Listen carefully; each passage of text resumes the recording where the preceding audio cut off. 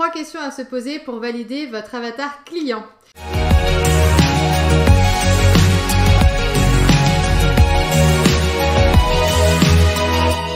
Vous êtes nombreux à vous poser la question de l'avatar. Je parle dans tous mes accompagnements du fait que l'avatar, c'est votre pièce centrale, c'est le client idéal, la personne que vous devez avoir tout le temps en tête pour construire votre offre. Et vous avez souvent pas mal de difficultés à en établir un client idéal qui va être le client auquel vous allez penser constamment dans votre offre, dans votre accompagnement, dans la façon dont vous allez l'amener vers son succès, dans la façon dont vous allez emmener votre service, votre produit pour lui faire vivre cette expérience client incroyable que vous allez créer avec lui. La problématique, c'est que vous avez du mal à en trouver qu'un client idéal. Vous avez du mal à imaginer que ça peut être qu'un portrait robot d'une seule personne, d'une seule entité, d'un seul avatar, d'une seule personne que vous allez pouvoir identifier. Souvent, vos avatars, ils sont multiples. Souvent, vos avatars, ils sont très nombreux et assez divers.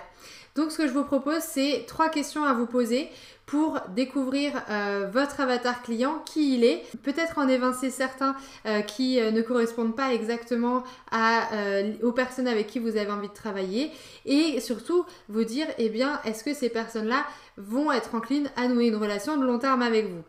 C'est tout ce que j'ai envie de partager avec vous aujourd'hui. Donc 3 questions à se poser, une sorte de moulinette par lesquelles passer vos différents avatars pour n'en choisir à la fin qu'un seul. Un seul auquel vous aurez envie de plaire, de satisfaire et de nouer une relation de confiance.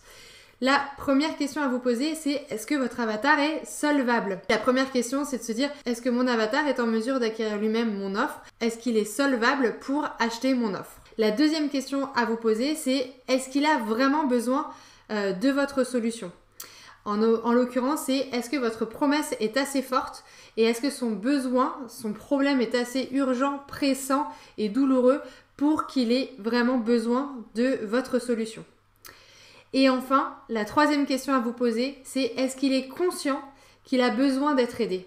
Souvent, la problématique qu'on rencontre, c'est que vous allez répondre à un problème que vous pensez urgent et important pour votre prospect, mais souvent, on oublie de se demander s'il a vraiment conscience de son problème ou s'il n'y a pas un problème plus grand qui englobe ce petit problème-là.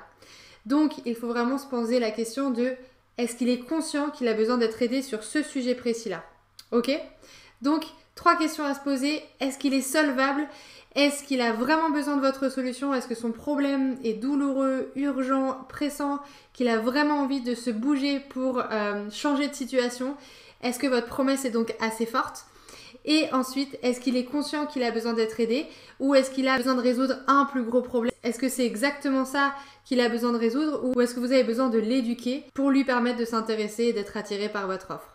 Voilà, donc 3 questions à vous poser. Je vous invite dès maintenant à faire l'exercice, à répondre à ces 3 questions. Si la réponse est oui, bravo, vous avez trouvé votre avatar client. Et j'aimerais beaucoup en savoir plus, alors n'hésitez pas à me partager en commentaire votre avatar client que vous avez choisi et qui va vous permettre de développer votre offre signature à partir de cet avatar, de ce client idéal.